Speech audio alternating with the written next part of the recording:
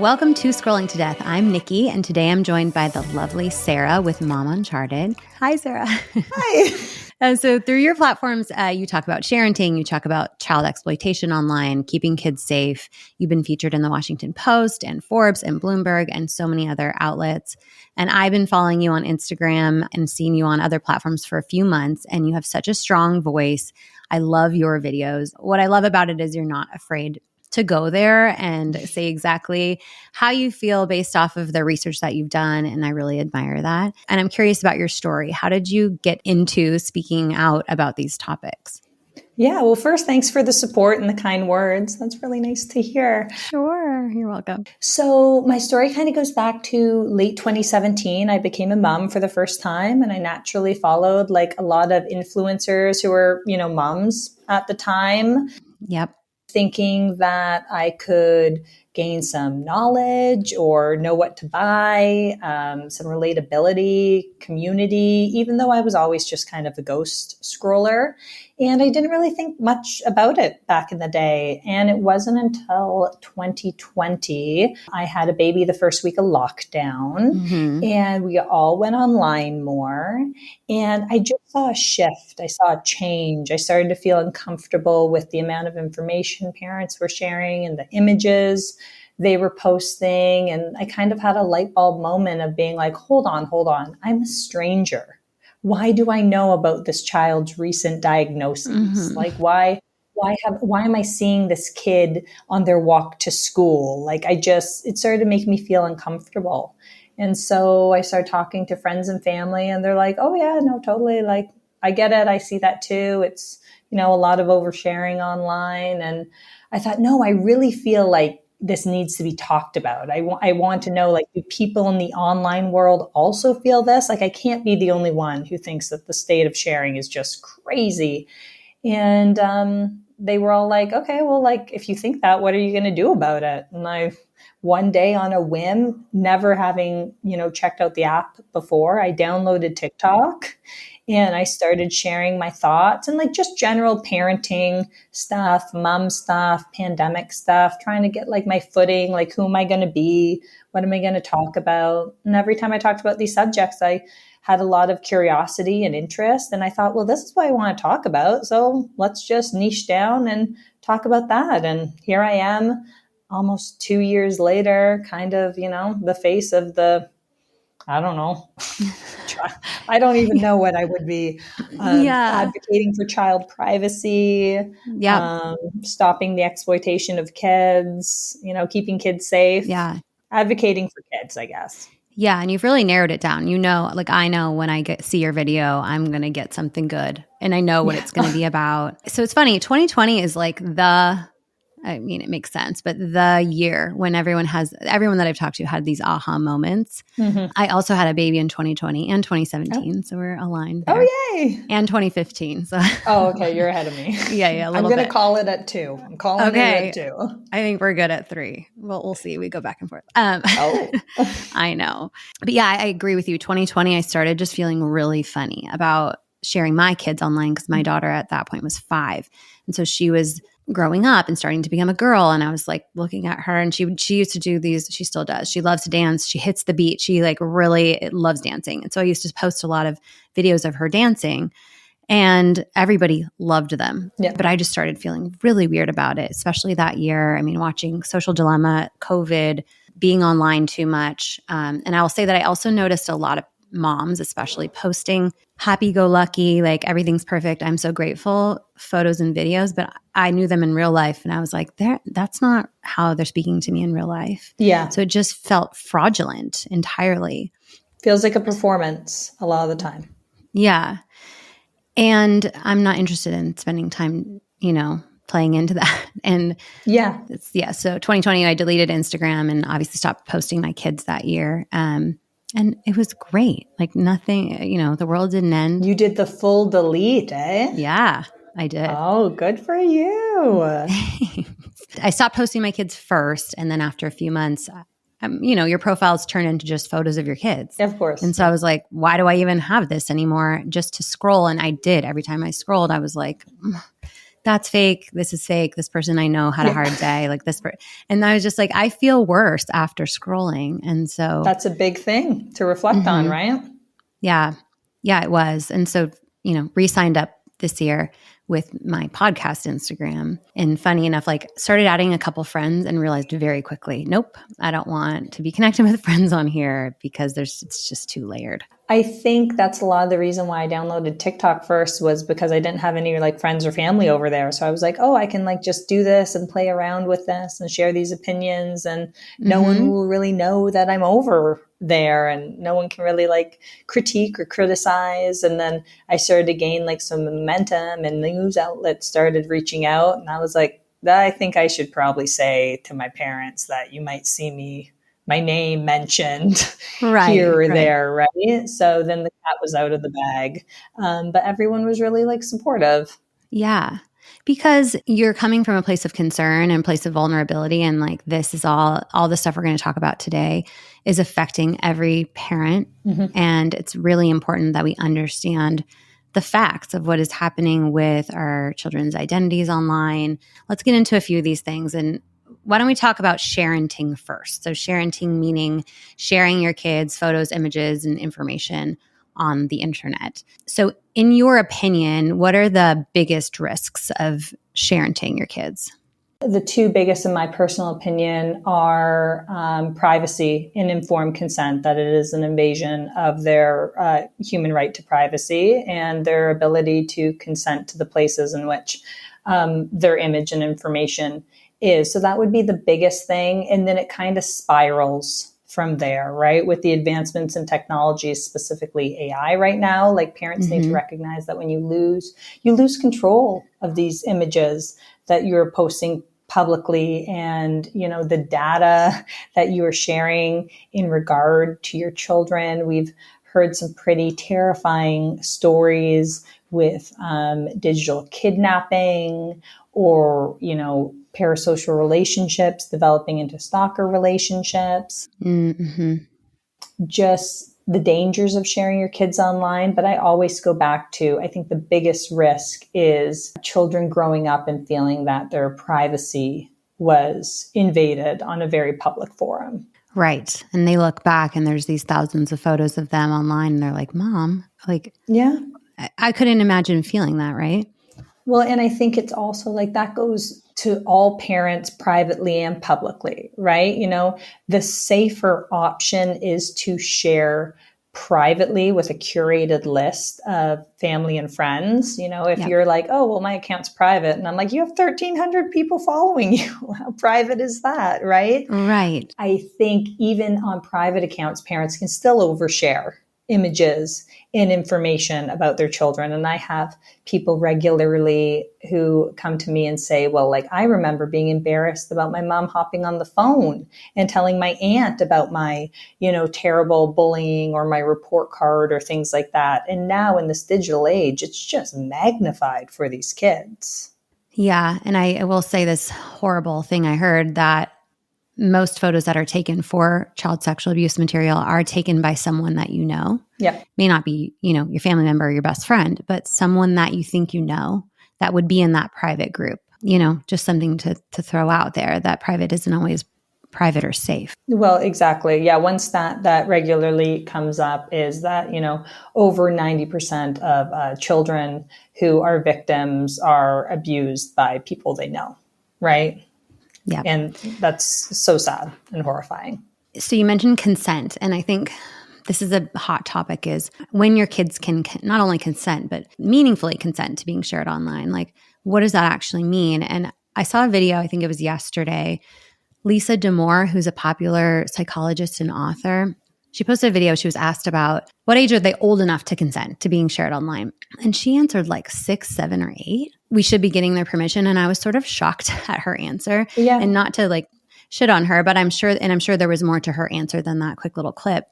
But I almost felt it was a dangerous thing to share, because do you feel like even as a teenager, one will understand what it means to be shared online with their photos, videos, and information? Truly understanding your digital footprint is overwhelming at any age. Yeah. And if, you know, a preteen is on social media, making videos or commenting on other people's videos, which is all part of your digital footprint, it's really hard to comprehend that following you throughout the rest of your life. I regularly say a lot of millennials, specifically elder millennials like myself, will say we are so thankful that we didn't have access to social media in, you know, junior high and high school, because I can't even imagine what I would be posting on a public forum and how it could potentially come back to me in my personal or professional life. Right. And we have to mention, because we're in the space and we're seeing lots of these articles about generative AI, young kids, teens, adults' photos getting taken. And now they have apps that you can access from any phone that are like nudify apps that take off clothes from a human. And then you can take that photo and post it wherever you want. And this is happening to underage children, which is child sexual abuse material. The legal ramifications of it are interesting because technically it's not that person's body parts that is being shared.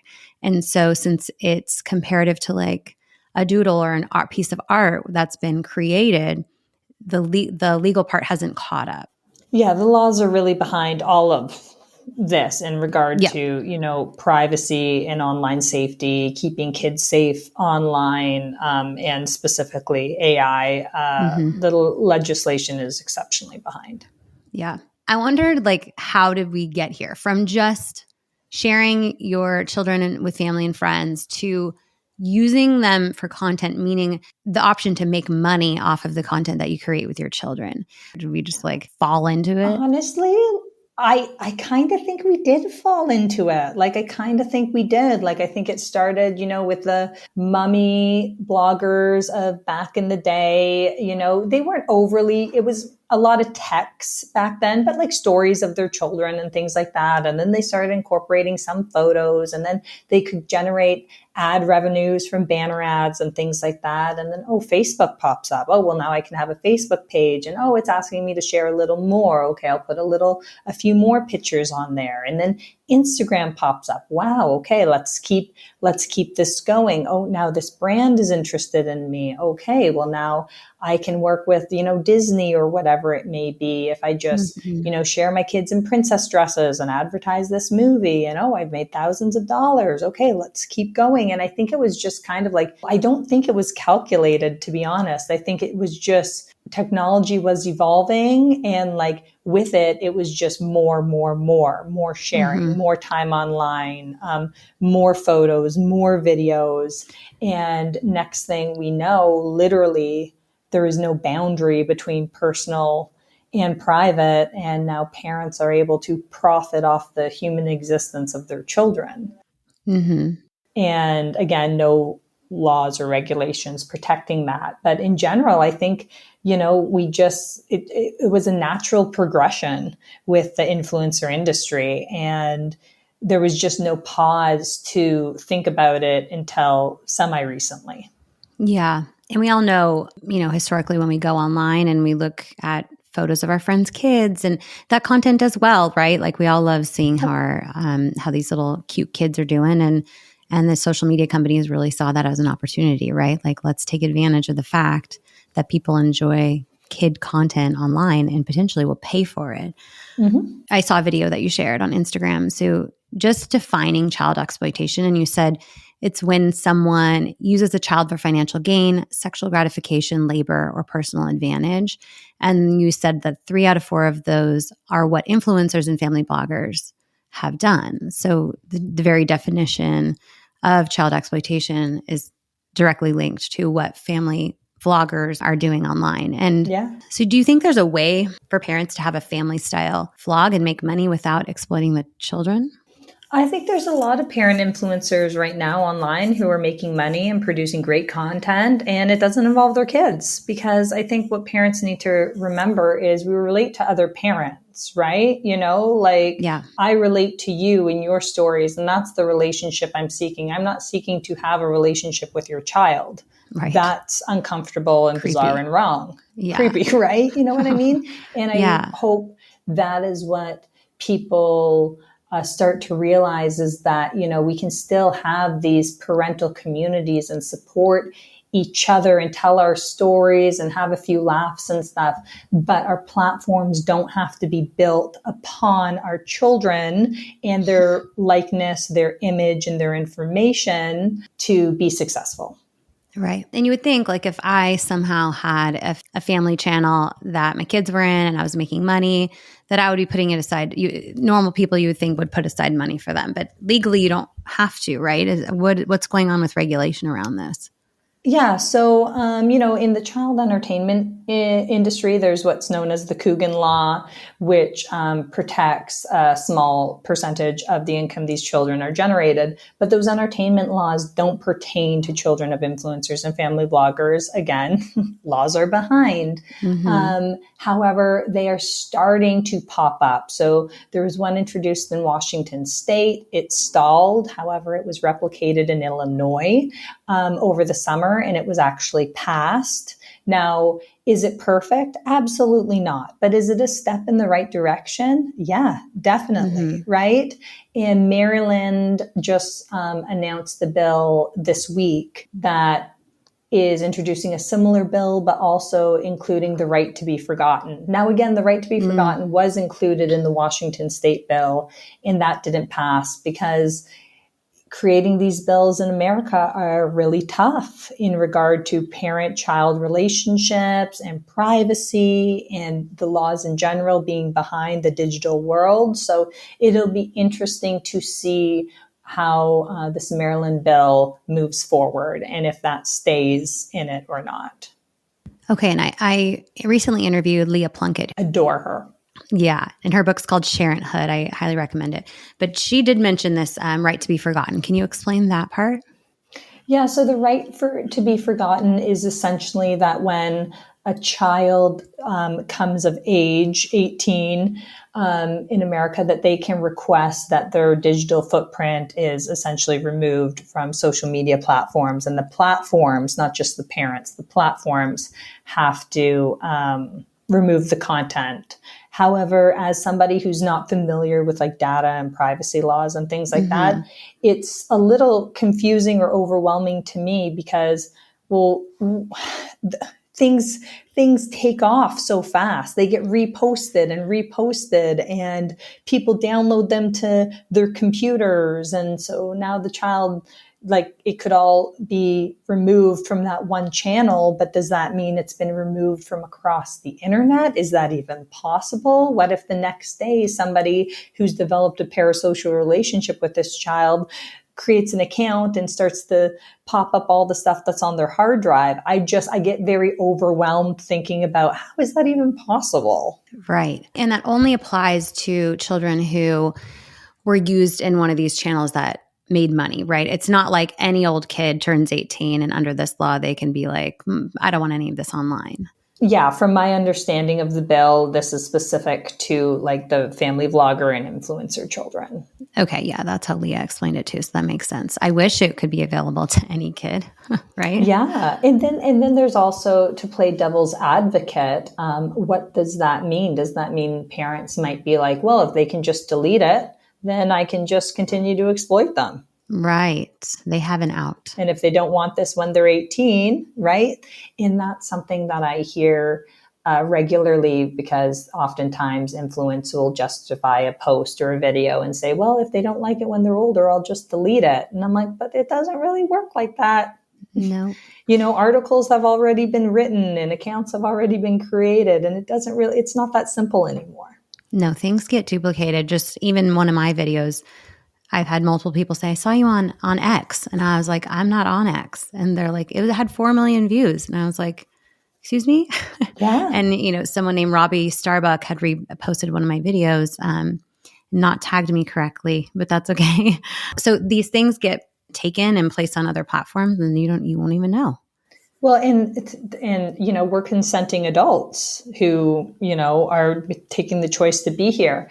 Yeah. I have seen videos of children get taken and then talked about in terrible ways, essentially like children being bullied online and parents having no control over that content on the page and those comments about their children.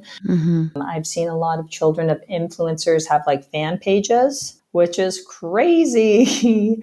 I've seen people like fan pages for kids, twins, and it's like, okay, who's prettier? And then comments upon comments about like analyzing these little girls' looks and who's the prettier twin and stuff like that. And I'm like, this is all part of these children's digital footprint, and they didn't consent to any of this. And they're going to grow up and one of them's going to have a whole thread about who's the prettier twin. It makes me uncomfortable.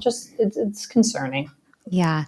Tell me about, didn't you say there on one of your videos that there was a fan account made that was being monetized? Like the fan account of the family was also making money? Yes. So one of the most popular family vloggers, and I rarely talk about specific names on my accounts. I try my best to keep things anonymous. But when it comes to like the kingpins in the community, we're going to talk about it. So the LeBrants, who have made a living off exploiting their children, they have a fan page. And I was sent this fan page, and it looked like a normal fan page. They take the videos, they repost it. But then I saw them doing paid partnerships with companies. I think they were selling like a thermos and like a data card or something. And I was like, hold on, this whole account is taking other people's content, specifically children's content. And now that person is making money off of further exploiting those kids. Insane. That's crazy. The kids already don't have any legal recourse for the money that they are making. And now fans are making money off their image. It's very interesting. Imagine when they become an adult. Are any of these kids getting old enough now to speak out about being, kidfluencers, and now they're adults and they're like, I didn't like that? Cam, Soft Scorpio on TikTok, who has advocated for bills in Illinois and in Maryland. Her mom was like kind of like a mummy blogger type thing, had like 10,000 followers on Facebook, and she speaks out regularly about the consequences and the effects that it has had on her. Some people have spoken out anonymously, like in the Teen Vogue article that really went viral a couple months back. Let's get into a little bit about subscription-based content. So I know on Instagram, and there may be other platforms, but I know, for example, when I hit 10,000 followers, I can opt in to let people subscribe. Not saying I'm going to do this, but people can pay to get exclusive content from me. And it's only for subscribers. So I didn't think about it this way when it comes to underage kids until I saw your video. Underage kids on Instagram who have that many followers can offer subscription content, correct? And adults can subscribe to them. Yes. Okay. Yes.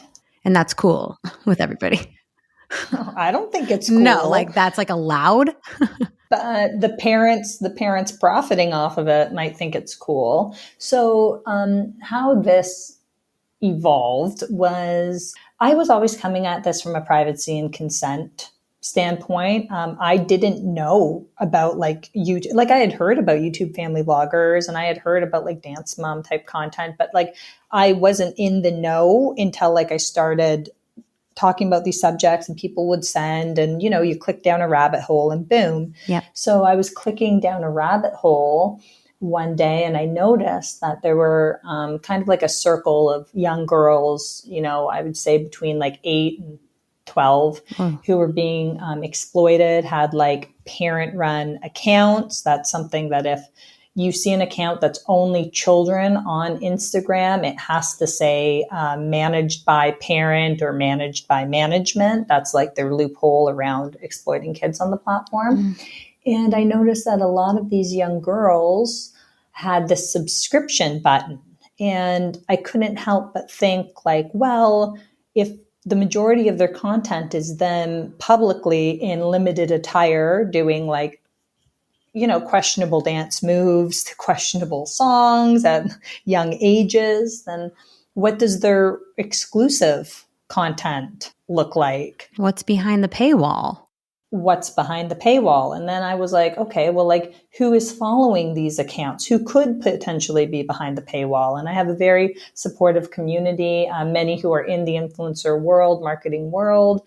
And a few of them reached out and says, I'll pull the demographics for you. And when I pulled the demographics of these young girls' accounts who had the subscribe button, most of them were mainly adult male demographics.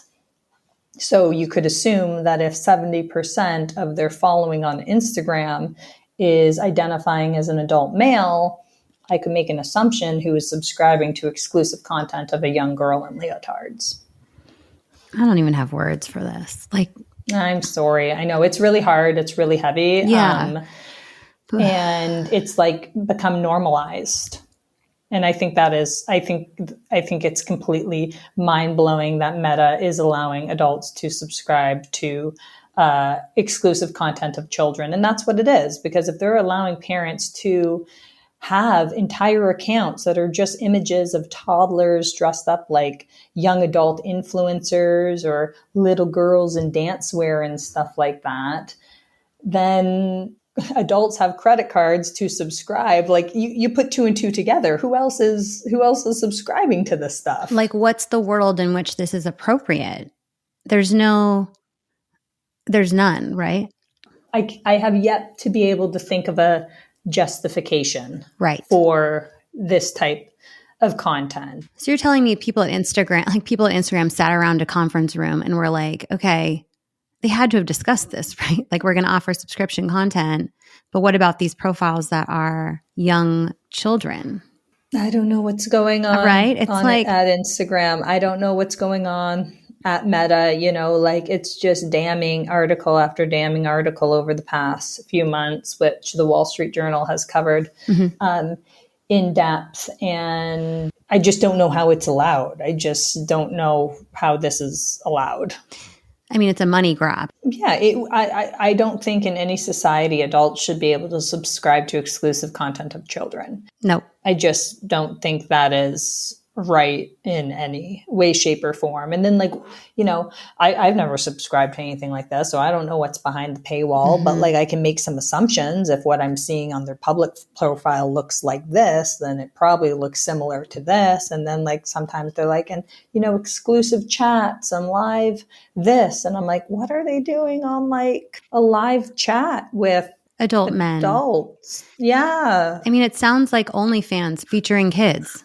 There is a company, because there's other platforms who allow the subscription button. And there's a platform called Brand Army right now. And they're allowing, they call them junior channels. And junior channels are minors. And it's allowing adults to subscribe to that content as well. Okay, so if a 10-year-old girl wants to subscribe to another 10-year-old girl to see her dance moves and copy her dance moves, and are we okay with that? I just don't believe that's happening. Yeah, no. I just don't think that's happening. I have yet to have parents say, oh yeah, my mom, and there are child actor people, like a JoJo Siwa or something like that, like a celebrity thing. I think that's a little different. Exploitative, yes, but I think that's a little different. But I have yet to hear from a parent who has said, my little girl follows this influencer kid who's 10 in Iowa on Instagram and wants to spend $20 a month to see her dance moves. You know what I mean? Right.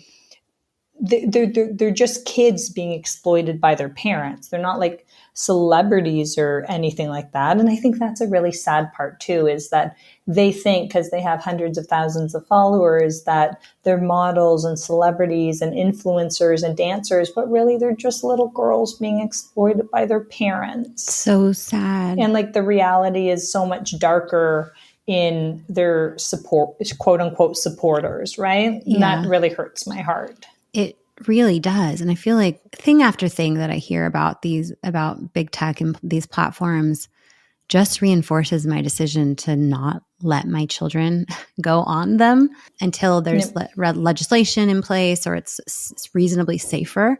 So where are you at when it comes to, I know your kids are really young, but when it comes to teens being allowed on Instagram, for example, at 13 without delay. Yeah. Okay. Delay. Right.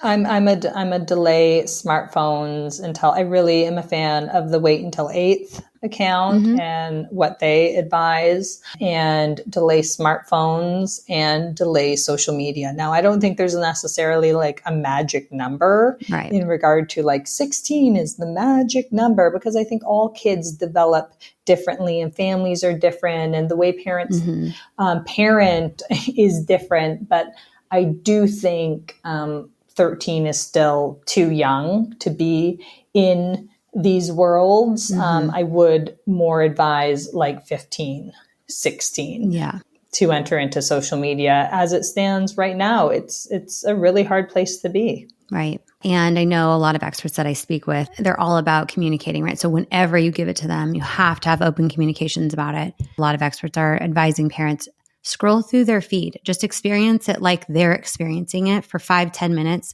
So you really know what they're being served, and do it often. Because I was just on an interview yesterday, like the algorithm can change like that to dangerous and inappropriate content. So do it every 2-3 days, spend 5 minutes scrolling so that you know what they're looking at, and make sure that they can come to you in a safe manner, that you are not going to punish them or shame them if they have seen something inappropriate, or even if they've sought out something inappropriate through social media. Digital literacy and open communication is huge, and parents educating themselves on the places in which their children spend time are huge. Yeah. You know what I mean? And that goes into online world. So if your child wants to be into Roblox or is into Roblox, you best understand what can happen and how that platform operates, right? And if your child wants to be on Snapchat, you best understand the risks and how that platform operates and things like that. So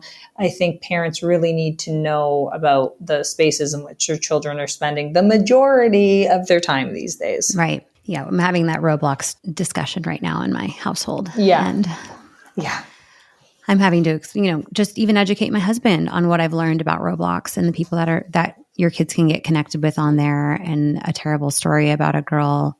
I don't know all of the details, but a girl being kidnapped because a man that she thought was a young friend on Roblox convinced her to meet him somewhere. Yeah, I recall that story. Again, I don't think fear-mongering technology is the answer, because this is the world. This is where our children are growing up. But it's about being like cautious, right? Like I think about like smartphones and social media, like you have to give them like the training wheels first, right? You're not just going to give a kid a bike and off they go, right? Like there needs to be some prep, some conversation, some communication, some practice, right? You can't just hand these kids these powerful, life-changing, life-altering devices and give them free range. Right. That's a recipe for a disaster. Brain-altering devices, literally changing their brain and the way they process information and make decisions. Yeah. And then it's just part of our job now to understand what's going on with these platforms and how to introduce them to our kids and prepare them to use them responsibly. For the first time in history, this is part of our job as parents. I put together a little game I want to play. That's so cute. Get ready. So I want to get really clear on how you feel about what's cool and what's not cool when it comes to sharing your kids. Oh, okay. I'm going to give you an example of a post. And if you could just respond with like cool or not cool, or any other background that you want to give. Okay. So scenario 1, a parent shares a video of their baby's poopy diaper blowout. Not cool. Okay. A parent shares a photo of a child looking sad in a hospital bed with the caption, "Had to take Carrie to urgent care. Her fever hit 104 today." Not cool. Agree. Okay. A parent shares a photo of an unborn child's ultrasound. For me, that is so intertwined with the experience of a mother, that begins a child's digital footprint. Let's just make that clear. That does begin a child's digital footprint. There's also a lot of identifiable information on those if you're not like blocking them correctly. But an ultrasound to me does feel a lot like a mother's journey too. So I don't want to say like cool, but because I want everyone to know that there are things you need to think about, but like maybe not cool, but like maybe like in the middle. I go back and forth on that one too. Yeah. Okay. So a video of a mom cracking an egg on her child's head and then laughing at them. No, no, right. No, get a hobby. I know. A parent sharing a video of siblings taking a bath together without showing their lower half. No, just keep your phones out of the bathroom. Right. A parent sharing a photo. Okay, so this falls into the same topic. Sharing a photo of their child sitting on a potty saying, "Great job," congratulating them on their potty training jersey. There are some things that I find it fascinating that we all can't universally agree on that shouldn't be shared publicly online, right? On top of just like the parental invasion of privacy, a lot of those are things that law enforcement and safety experts have said, do not share because predators seek out this kind of material. Exactly. Right? And parents still share it online. So I find that very fascinating. You think that people know now not to share the photos of them on potties. Or the next one, a parent shares a group photo of your kids on the beach in their bathing suits. You just can't anymore. I mean, we all go to the beach and go on vacations in our bathing suits. And as an adult, you're rocking that bathing suit and you want to share a photo of it, go ahead. But we have to now second guess it with the kids, right? Well, I think it's the kids also when there's other people on the beach and other kids in our care who maybe we didn't ask permission of the parents and things like that. These are all things that we have to talk about in regard to consent. And I'll tell you one thing. I wouldn't want a friend of mine or a spouse or my spouse, specifically my spouse, sharing a photo of me on the beach in my bathing suit without my knowledge and consent. Right. Right? As an adult, I wouldn't want that circulating online without my knowledge and consent. So I'm going to give my kids that same privilege. Right. Thank you. Most of those were not cool. And I just want the message to be here. Parents, just think twice. And maybe we end with something you can share with parents. So before they share a photo or video of their children, what can they be thinking about or what can they be asking themselves before they share? Think about your privacy settings first. Okay. Who has access to this photo? How could this photo lose control on social media? Could it be altered? Would you want this in the hands of a predator? I also think parents need to reflect on why. Like, why are we sharing so much? Why are we feeling the need to share these images and this information? Could this potentially embarrass my child in the future? Right? Yeah. But all parents just need to pause before they post. Just really reflect on, does this need to be posted on social media? And why am I seeking that need to post? Because I think a lot of the time it comes, it's an internal reflection. Right. And if you try to actually list the benefits to the child of you posting that photo, I can usually not think of one benefit to the child, right? Maybe Aunt Marge wants to see the photo of my kid, but there's so many other ways, more private ways to share with her. Yes, exactly. Right. And if Marge is on, a private social media account that has, your 25 closest family and friends, that's different. Granted, most of those not cool things, not private, not public. Right. But, a cute, appropriately clothed child opening a present under the Christmas tree on a small lockdown account of family and friends is very different than posting it publicly on these apps with billions of people worldwide. Parents have to remember that we are sharing these spaces with some of the worst members of society. Right? And if this was a brick and mortar building, would we be bringing our kids there? Would we be allowing them to spend time there? Right? Yeah. We wouldn't. So we need to be really reflective of the fact that it seems to be that these spaces are becoming just more unsafe for honestly everybody at this point. So we need to be mindful of that. Yes. And that's one thing I've learned through my work here is there are just bad people that do bad things. I don't surround myself with them. I wouldn't know about a lot of this if I wasn't doing this research, but there are predators on these platforms more than you think. There are predators around us, right? But like they flock to these platforms because they have functionality that allows them to be anonymous, that allows them to take advantage of children. Allows them to build communities.